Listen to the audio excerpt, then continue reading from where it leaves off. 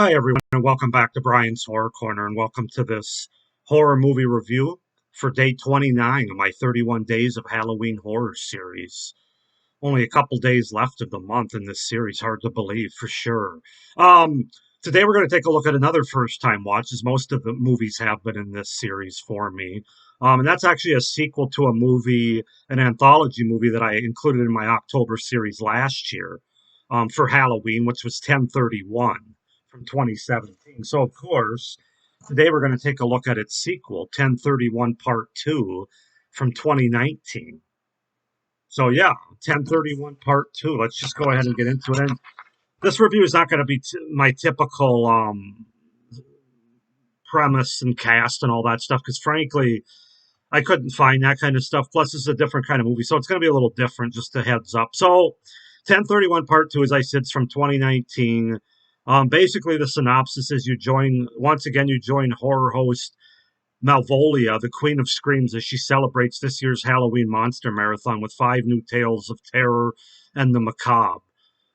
This Halloween horror anthology is from independent horror's best and bloodiest directors. It's a grab bag of treats you are sure to enjoy. So that's kind of the tagline for the movie. I'm not going to give you the cast because there's way too many people, and none of them you'd know anyway. They're all pretty just like first time directors or independent directors, the cast, the actors and actresses are pretty well unknowns in these stories. So plus I couldn't really find the listing. It was way too long. But I will give you the directors. Max Groa directed the segment Apache Hatchet Massacre 2. Drew Maverick directed the segment Overkill. Jennifer Nangle. She of course directed her own segment. She's Malvolia, the Halloween Monster Marathon, basically Elvira. Let's just be honest about it. That's who she is. So she directed her own segment there. Troy Van Buskirk directed both the Sam Hain Liturgy and Sister Mary, and Stephen Wolf directed Deadlift. So yeah, so I'm just going to go through each of the stories first and kind of give you an idea what they're about, and then I'll get into my overall review of this movie. So the first story that we get so first, actually, this movie's a little different. We're introduced to the movie. Actually, starts with like 3 or 4 separate movie trailers, not real movies. They're just trailers that were put together and directed by some of these same directors. Just like little tidbits, little fun shorts, basically that are meant to be like movie trailers. So that's how the movie opens. I think there's 4 or 5. I didn't write them down. Um, and then we're introduced again to Malvolia, the scream queen, or the queen of screams, I should say. And this time, of course, she's talking directly to the camera. There's no 2 kids like there was in the first movie watching this monster marathon with her. It's basically just direct with us at the beginning, and then we're introduced to the first story, which is called the Sam Hain Liturgy. Where basically you have this babysitter that's dropped off by her mom, this teenage girl. Um, then they have a son who's got all these different masks, like Halloween masks, costume masks, whatever that he's has in his room that he's sort of playing with and creating and stuff. Kind of a strange young man, of course. The parents go to some kind of party or something. The babysitter has her boyfriend, her like punk rock boyfriend, come over, and they start hearing weird noises from the basement. And that's as much as I'm going to give away on that story. They have to investigate, of course, what they are. The second story is entitled Deadlift. This was directed by Stephen Wolf. The first segment, of course, was directed by Troy Van Buskirk, who directed 2 segments. Deadlift is directed by Stephen Wolf. This is one about an Uber driver who's on Halloween night is driving Ubers for the money, basically doing Uber routes, and he picks up a guy that's basically Dracula. He's dressed like Dracula, and they have a conversation. It ends up kind of turning into some kind of clairvoyant telepathic thing that goes on.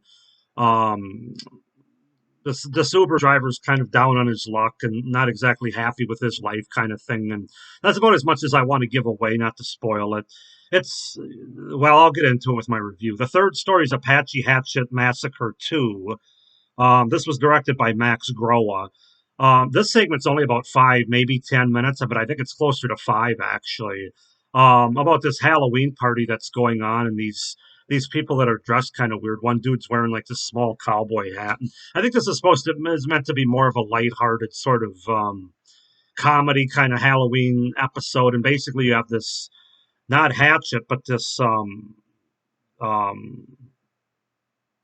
what do you call it? Like tomahawk that basically it's like a slasher movie that somebody has a tomahawk and goes around and kills all these people. That's the gist of it. The fourth segment, entitled Overkill, which is directed by Drew Maverick. This is basically a Friday the 13th parody where you actually have Jason Voorhees. Jason Voorhees, not the real Jason, but like a parody of him, slasher killer, going around on Halloween night and offing people basically. And this one's pretty gory. It's got a lot of humor in it. He ends up running into basically he goes to another house after the first one where he takes care of business.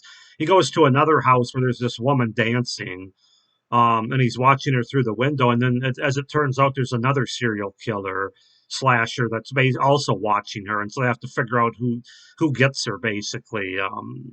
So that's that one in essence. And then the final segment is entitled Sister Mary, also directed by Troy Van Buskirk, who also did the first segment of Sam Hain Liturgy.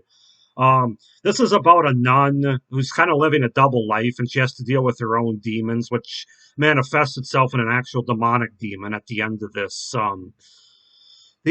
segment. So that's basically what that one is. Like I said, I don't want to give too much away. I know some of that's pretty vague, but you just got to watch the movie because it'd be too easy with some of these stories to give too much away by giving more details. So yeah, that's basically the premise and the setups for the synopsis of these different stories in the director's form. So much like 1031, the first one from 2017, this is not a great horror anthology movie. It's a better Halloween anthology movie.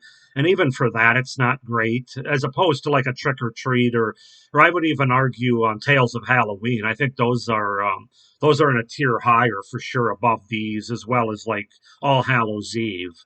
And a lot of it has to do with the fact that these are low budget, independently directed stories and movies. So they're not meant to be mainstream. They're not meant to be high production value, and they're certainly not. But for what it is, I mean, there's a couple stories I really enjoyed in this. Let's just put it that way. So let's just go ahead and get into it, starting with the pros or the things I liked about this movie. So just like the first movie, you have a lot of Halloween atmosphere and vibes that are pretty strong throughout the movie, more stronger in some stories compared to others. I would say the fourth story's got the patent on the Halloween vibes going on, which is Overkill.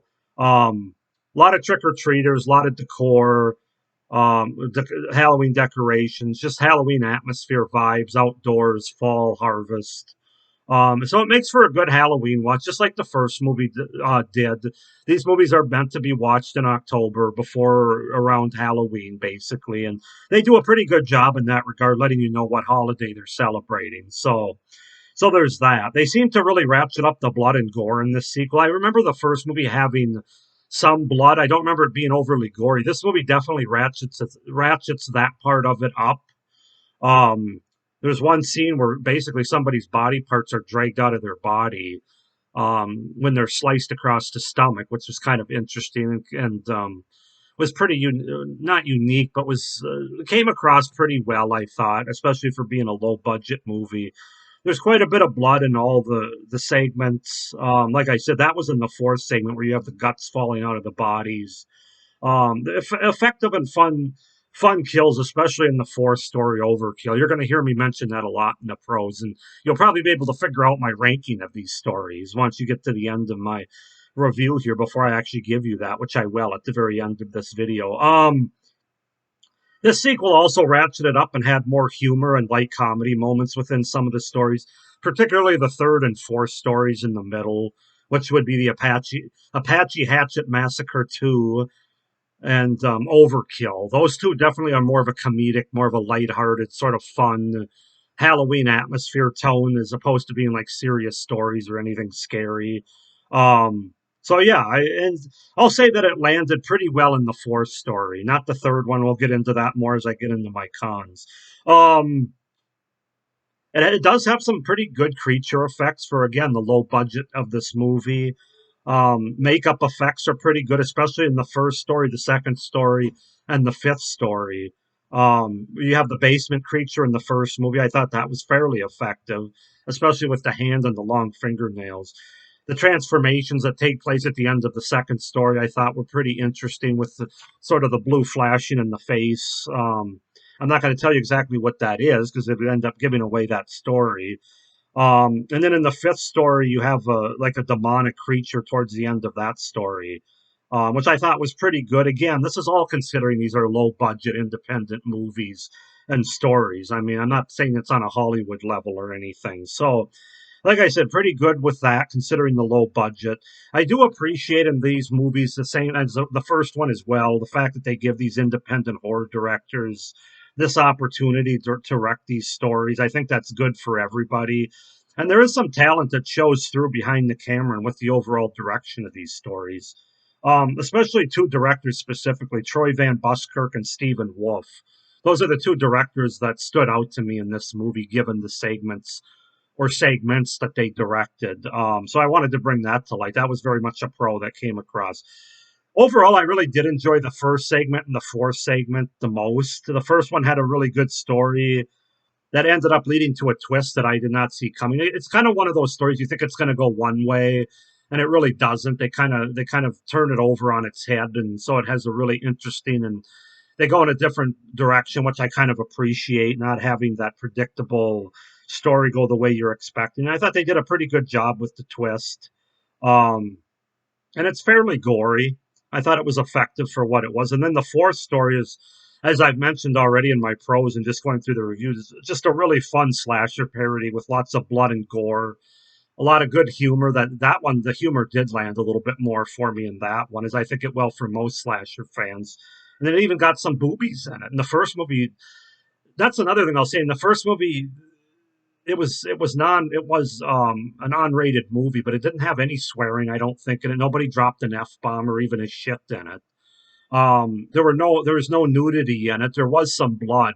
This one, it just feels like it's a lot more of that NC-17 unrated version. That one could have been PG-13. This one, besides having more blood and gore, it does have some boobies on screen. It's in that fourth story as I was talking about, the fun segment. Um, and it's also they also drop f bombs throughout this movie. So they definitely made this more of an R rating, unrated movie. I'm not really sure why the first 1031 was unrated because it's more of a PG-13 in my opinion. So just wanted to point that out as well. But the fourth story made for the best watch of the movie in my opinion. It was just fun. And then my final pro for this overall movie, I did enjoy the 3 or 4 trailer shorts that they had at the beginning of the movie. At first, I wasn't sure what the hell was going on. Were these supposed to be part of this movie? Was it the stories they were telling? If it was, is this movie going to be that short? And then I realized, no, these are trailer parodies basically that they introduced before the actual 1031 Part 2 movie. It was kind of fun, and it added a fun and interesting aspect to this movie that the first movie didn't have. So I did enjoy them. In fact, there's one of them that I wouldn't have mind seeing be made a first movie, be made into an actual movie, which none of these trailers are actual movies, of course. They're just fun, sort of fluff trailers, if you will, just for fun. But there's like a Monster Squad sort of parody one that would have been interesting. I think called the Halloween team or something. I didn't write it. Oh no, I have it right here. The October Kids. That's what it was. So yeah, those are my pros for 1031 Part 2. There's some fun to be had here. You just got to kind of look through the weeds for it. Getting into cons, most of these stories, the other stories that I didn't mention from the first two in my pros, they're just kind of forgettable. They're just kind of okay at best.